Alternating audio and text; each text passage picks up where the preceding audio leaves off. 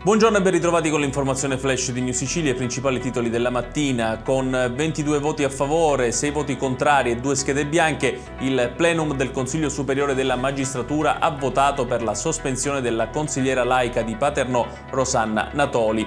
Contro di me c'è stata una campagna di fango, le parole pronunciate da Natoli poco prima del voto.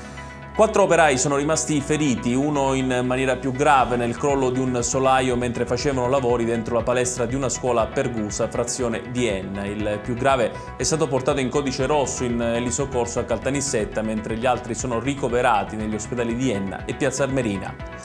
Condannato a 18 anni e 6 mesi Giuseppe Calvaruso, considerato il boss del quartiere Pagliarelli di Palermo per traffico di droga. La sentenza di appello ha ribaltato quella del primo grado in cui Calvaruso era stato assolto. Arrestata a Palermo una donna che a bordo di uno scooter fermato dalla polizia in viale della regione siciliana trasportava con sé 4 kg di hashish. In casa della donna sono poi stati ritrovati anche 12.000 euro in contanti.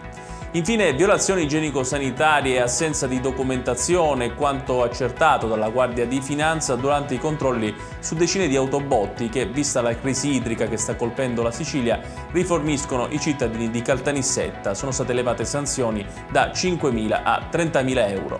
Ed è tutto per questa edizione, tutti i dettagli su queste notizie li trovate come sempre sul nostro sito www.newsicilia.it. Grazie per averci seguito e arrivederci.